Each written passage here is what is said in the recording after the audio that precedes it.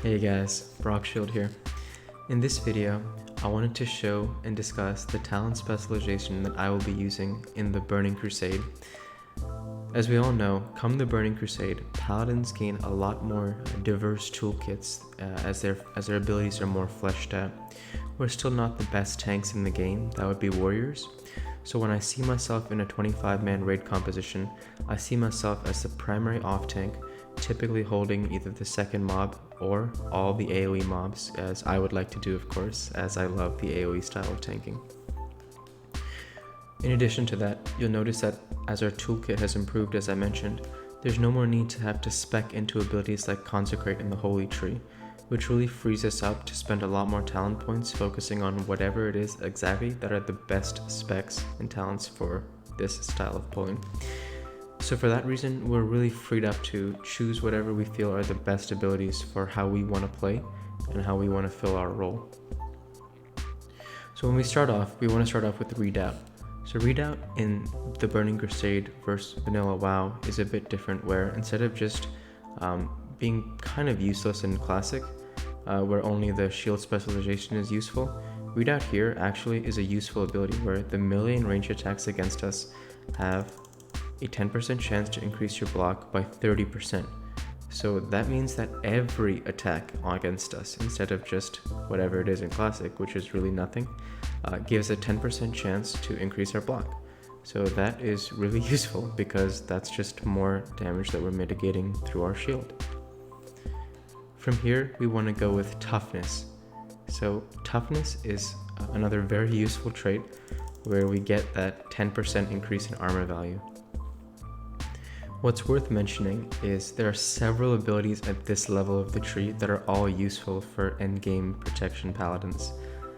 So as I mentioned, since I actually want to be tanking in raids, I can't go only for the AoE abilities and ignore some of the most useful abilities like Holy Shield and Avenger's Shield. And I also can't ignore very useful abilities like Precision, because I will need to be able to hit those higher level skull mobs, and that means my chance to hit with melee weapons will be really useful, whereas it's really just point blank not useful as an AoE paladin, especially in Classic WoW where I'm not actually tanking at all. I'm healing if I'm ever in any of the raids.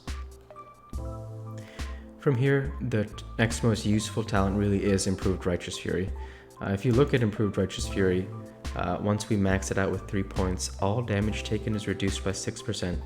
It's huge, and that increases the amount of threat generated by a Righteous Fury spell by 50%. So that's absolutely amazing, and the fact that that's something that can be permanently kept up, it mitigates all damage by 6% and generates all threat more by 50%, that's just amazing. You can't pass on it. From there, we have Shield Specialization. That's another great ability where now you can increase the damage absorbed by your shield by 30%, so that's also really good. From here, you have a decision to make about how you want to go further into the tree. You notice that you're at 19 points, so there are a lot of things you could do.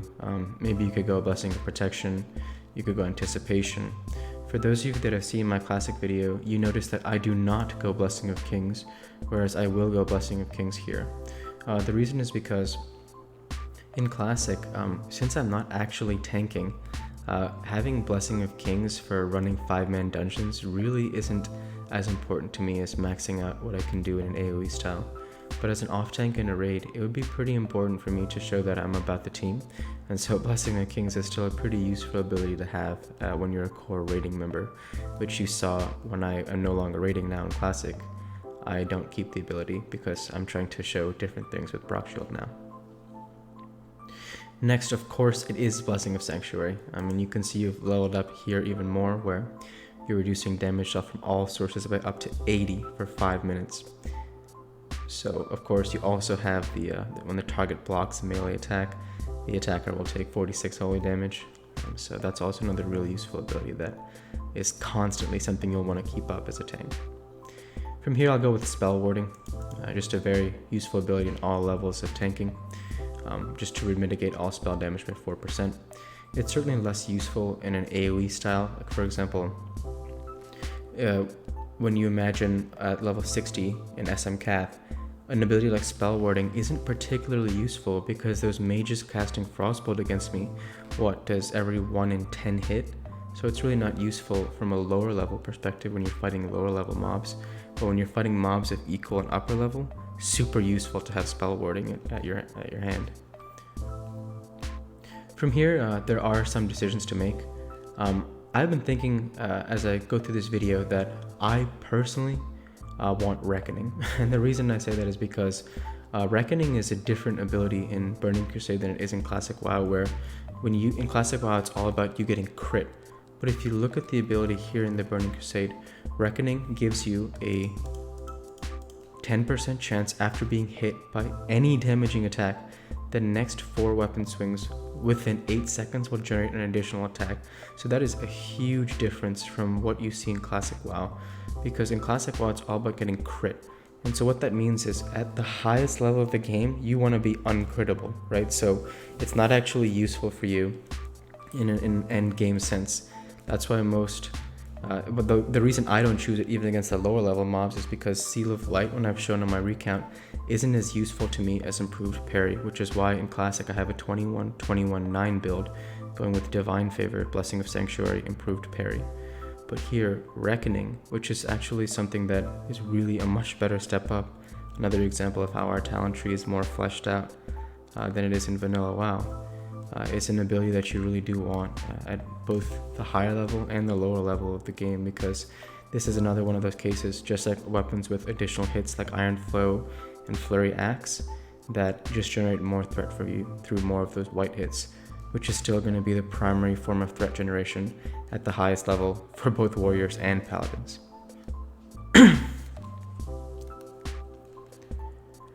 Next, Sacred Duty and One-Handed Weapon Specialization are both super useful abilities you don't want to pass on.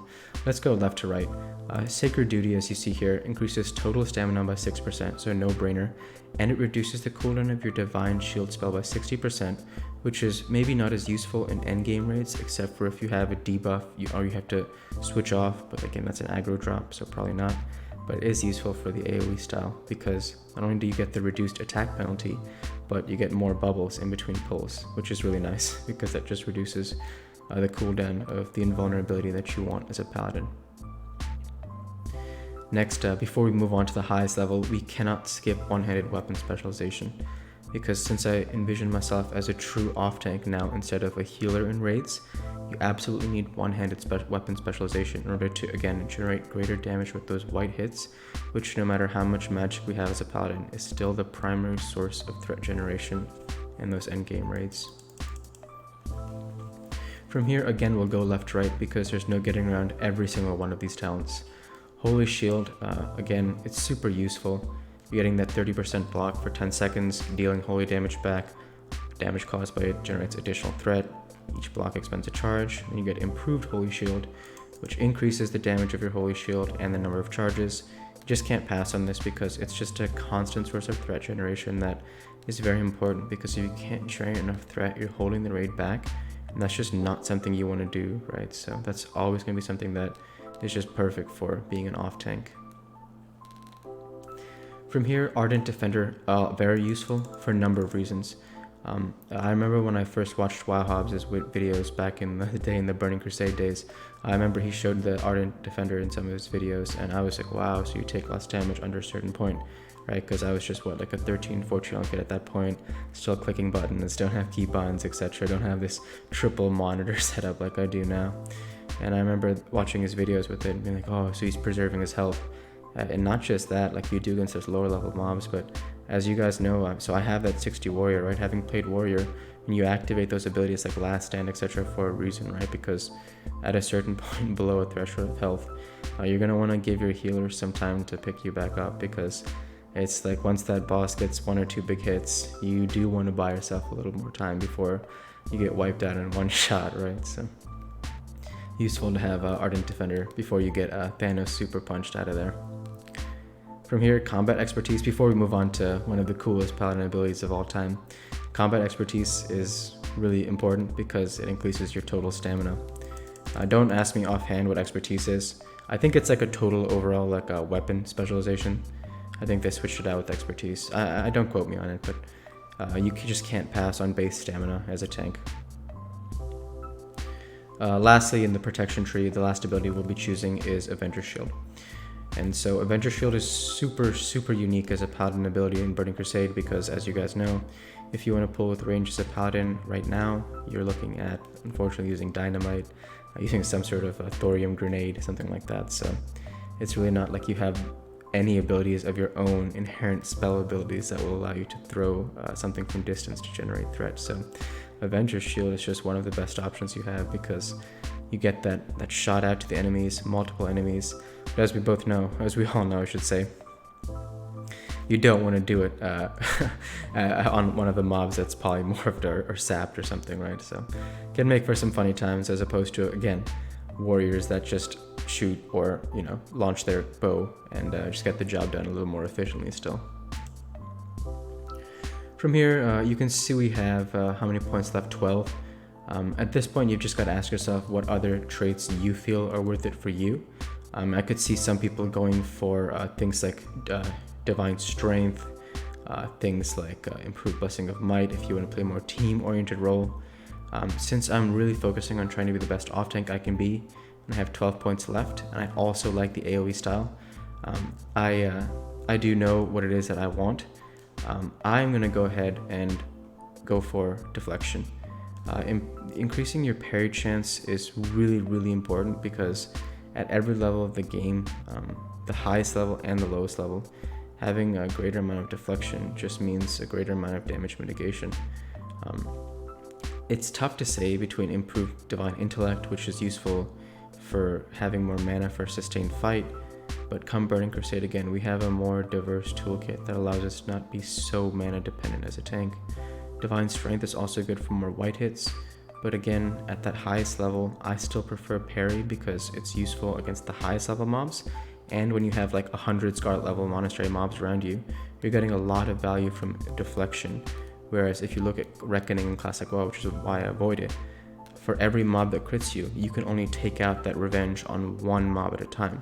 But when you have 100 mobs that are hitting you with deflection, you can parry again and again and again and again and again. So that's why I like damage mitigation traits like that, because sometimes your defense is your best offense. Same choice here with going for Benediction. And then go for Deflection. With these last 2 points, you can really do what you want. For me, because I prefer to have an AoE style on my own as well.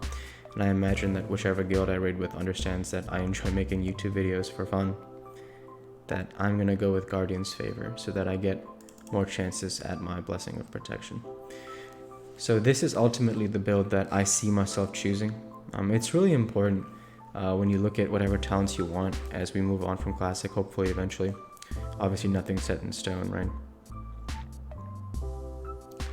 That you take a look at the differences between the talents in Classic WoW and Burning Crusade, because in some of the biggest one really the difference is improved Righteous Fury. I mean, this is really one of the ones that's just game changing in terms of a permanent 6% damage reduction, and your threat generation is just that much greater. You have a lot more cool traits like Reckoning, super useful to get those more white hits out. You have probably one of the most unique, I should say. Obviously the wings you get in Wrath of the Lich King is great as well. But Avenger Shield is, the wings are an inherent Paladin trait.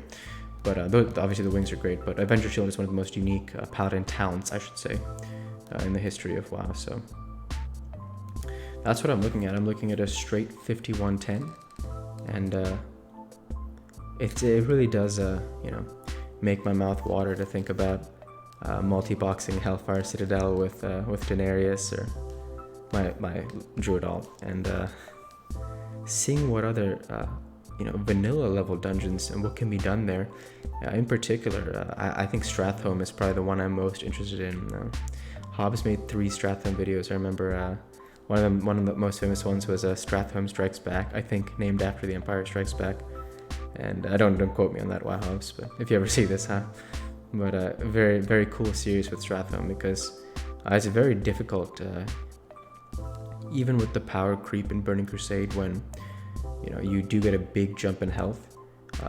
The dungeons that are like 10-20 levels lower than you are still pretty tough.